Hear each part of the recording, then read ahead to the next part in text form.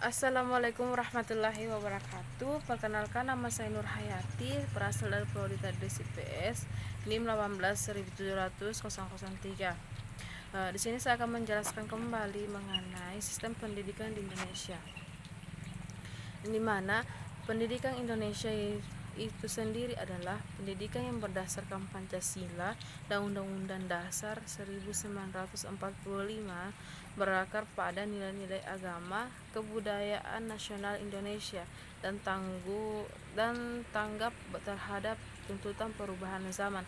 Maksudnya di sini pendidikan Indonesia itu diatur melalui Pancasila dan Undang-Undang Dasar 1945, dan tentunya didasarkan dengan nilai-nilai agama, kebudayaan Indonesia sendiri. Mengapa didasarkan dengan nilai-nilai agama dan kebudayaan Indonesia? Itu dikarenakan supaya keluaran dari pendidikan tersebut atau peserta didik itu nanti dapat mengamalkan ilmunya serta berakhlak mulia dan paham akan kita dari bangsa yang memiliki budaya yang beragam. Jadi membangun toleransi mereka begitu. Adapun sistem pendidikan nasional adalah keseluruhan komponen pendidikan yang saling terkait secara terpadu untuk mencapai tujuan pendidikan nasional. Maksudnya ini sistem pendidikan nasional keseluruhan komponen baik dari materi, fasilitas-fasilitas dari pendidikan, ini semua harus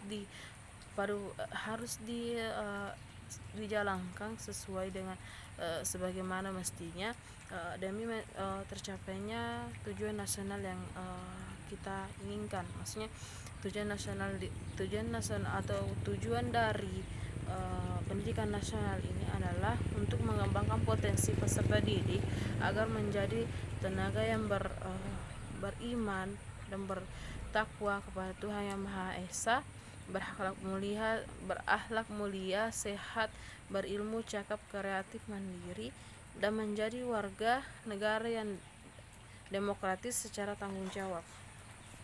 Nah, dari pengertian sistem pendidikan nasional tadi, bahwasanya keluaran dari peserta didik ini setelah mengikuti pendidikan diharapkan mampu berakhlak mulia.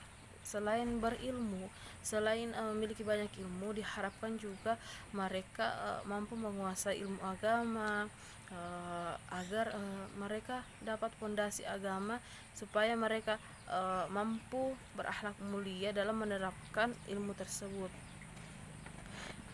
Cakap, kreatif, diajar lebih kreatif lagi, karena tidak di tuntutan zaman yang sekarang memiliki banyak tantangan. Jadi yang diharapkan oleh pemerintah itu sendiri, mahasiswa peserta didik mampu siap menghadapi perubahan zaman, dan menjadi berprestasi pada perubahan zaman tersebut. Perubahan zaman apapun yang akan terjadi, mereka mampu bersaing di dunia kerja, jadi mudah untuk mendapatkan pekerjaan. Terus selain berilmu, mereka juga mampu berakhlak mulia. Dan Indonesia sekarang menganut sistem pendidikan nasional. Sistem pendidikan ini banyak diadopsi oleh sekolah negeri maupun swasta itu sendiri. Ada 3 jenjang, yaitu pendidikan dasar, pendidikan menengah, pendidikan tinggi. Jadi pendidikan dasar itu seperti SD yang umurnya 7 sampai 11 tahun lah. Terus pendidikan menengah itu seperti SMP, pendidikan tinggi seperti mahasiswa. Nah, wajib belajar di Indonesia itu minimal 12 tahun. Saat ini sekolah-sekolah di Indonesia dikelola oleh 3 kementerian: Pendidikan Dasar dan Menengah ada di Kementerian Pendidikan dan Dasar, Menengah, dan Kebudayaan. Sedangkan pendidikan tinggi ada di Kementerian Riset, Teknologi, dan Pendidikan Tinggi. Ada juga pendidikan dasar, menengah, dan tinggi yang berbasis agama dan dikelola oleh Kementerian Agama.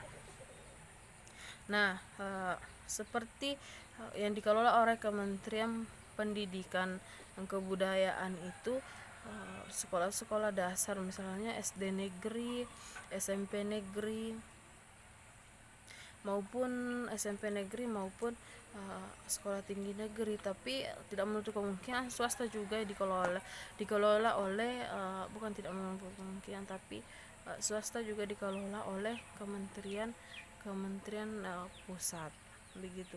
Tetapi ada juga yang dikelola oleh Kementerian Agama, seperti sekolah yang berlatar belakang agama seperti MTS, Madrasah Ibtidaiyah, MI, Madrasah Nawiyah, Madrasah Aliyah, MA, atau sederajat dengan SMA.